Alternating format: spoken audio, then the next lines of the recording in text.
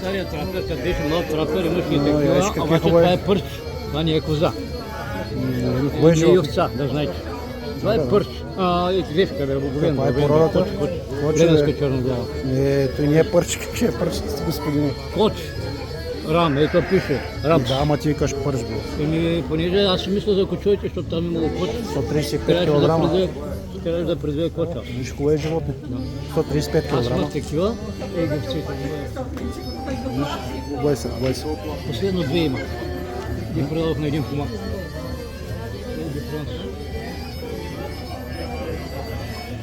Обаче няма